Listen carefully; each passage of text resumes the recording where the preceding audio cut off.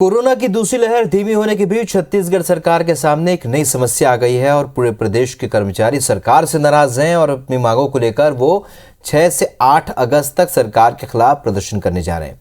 अनियमित कर्मचारियों ने तो जल समाधि लेने तक का ऐलान कर दिया है। उन्होंने कहा है कि सरकार अगर 7 अगस्त की रात तक उनके पक्ष में फैसला नहीं लेती है तो वे जल समाधि ले लेंगे।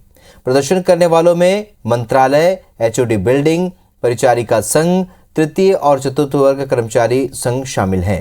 केंद्र के बराबर महंगाई भत्ता समेत नियमितीकरण इनकी 16 सूत्रीय मांगों में शामिल है। कर्मचारी नेताओं का कहना है कि उनकी मांग सरकार के घोषणा पत्र में शामिल थी, बावजूद इसके वादा खिलाफी हो रही है।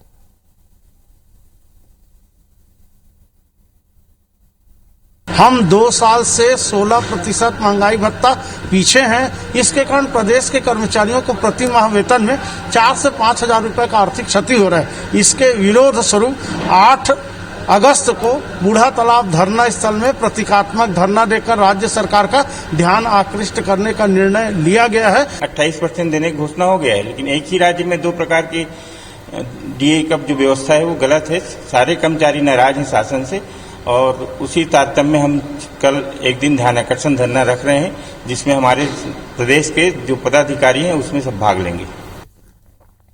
विनय वर्मा हमारे सहयोगी और ज्यादा अपडेट के साथ सीधे इस खबर पर इस वक्त रायपुर से जुड़ रहे हैं। विनय, अक्सर ये देखने में आया कि जब केंद्र सरकार कोई बड़ा फैसला लेती है तो उसका रिफ्लेक्शन जो है स्टेट गवर्नमेंट पर, राज्य सरकारों पर देखने को मिलता है। छत्तीसगढ़ में भी ऐसा ही कुछ हो रहा है। DA को लेकर अब कर्मचारी लामबंद हो रहे हैं। फिलहाल क्या कुछ मांगे और क्या कुछ रणनीति बनाई है? देखिए, पिछली सरकार के जो अंत में आप देखेंगे कार्यकाल के समय में लगातार जो कर्मचारियों का, अधिकारियों के बड़े स्तर पर प्रदर्शन हुए। हम सब ने देखा, हमने कवर भी किया। और बूढ़ा तालाब धरना स्थल ले लें और बाकी अन्य जिलों में सब जगह मुख्यालय में देख लें तो कर्मचारियों का बड़े स्तर पर प्रदर्शन हो रहा था।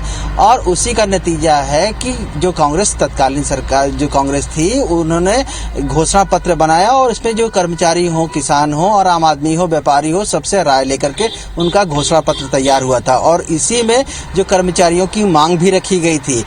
सरकार जब बनी कांग्रेस की सरकार तो उन्होंने ये दावा किया कि जैसे ही जो सरकार बनेगी तो उन्होंने सबकी मांग हर साल पूरी करेंगे और किसानों के बाद में जो शुरुआत में किसानों की जो ऋण माफी थी उसके साथ साथ में ये दावा किया गया कि अगले साल जो है वो कर्मचारियों का होगा और जो कर्मचारियों के संबंधित जो घोषणा पत्र में मांग रखी गई है वो उसे जल्दी से जल्दी पूरा कर दिया है। लेकिन उसके बाद से कोरोना आ गया। कोरोना के बाद में सारे कर्मचारी और सहित सरकार और आम आदमी सभी परेशान थे, तो ऐसे में जो मांग का सवाल ही नहीं उठा और जो पूरी सरकार चलती रही। अब जब कोरोना का जो दूसरी लहर है उसका संक्रमण कम हुआ है तो कर्मचारी अब सरकार से मांग कर रहे हैं कि जो हमारी जो मांग थी, जो घोषणा पत्र में आपने वादा किया था उसे आप पूरा करें। और ये जो शुरुआत में अभी केंद्र सरकार के द्वारा जो महंगाई भत्ता बढ़ाया गया है उसके अनुसार राज्य में घोषणा नहीं हुई है, इसके लेकर के जो कर्मचारी हैं वो काफी उद्वेलित हैं और इसी कारण से जो प्रदर्शन है वो बार बार की जा रही है।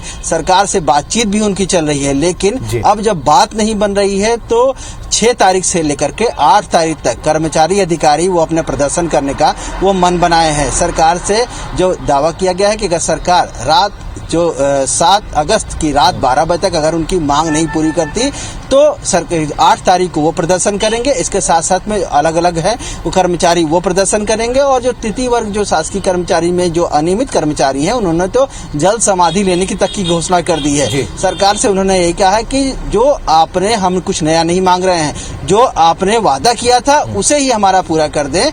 इसी में जो कर्मचारी हित में जो फैसला है वो हित में है। और ये भी कहा जा रहा है कि अन्य राज्यों में कोरोना के समय में कुछ वित्तीय अनियमितता थी, लेकिन उस समय जो अन्य राज्यों की तुलना में छत्तीसगढ़ की जो वित्तीय स्थिति है काफी अच्छी है। तो ऐसे में सरकार मांग क्यों नहीं पूरी कर रही है, इसी पे सवाल है। चलिए, तो देखना होगा कि विनय कितना असर आने वाले समय में इनके आंदोलन का पड़ता है सरकार पर और सरकार क्या उनकी मांगे मानती है, ये भी देखना होगा। इस चर्चा के लिए बहुत बहुत शुक्रिया आपका।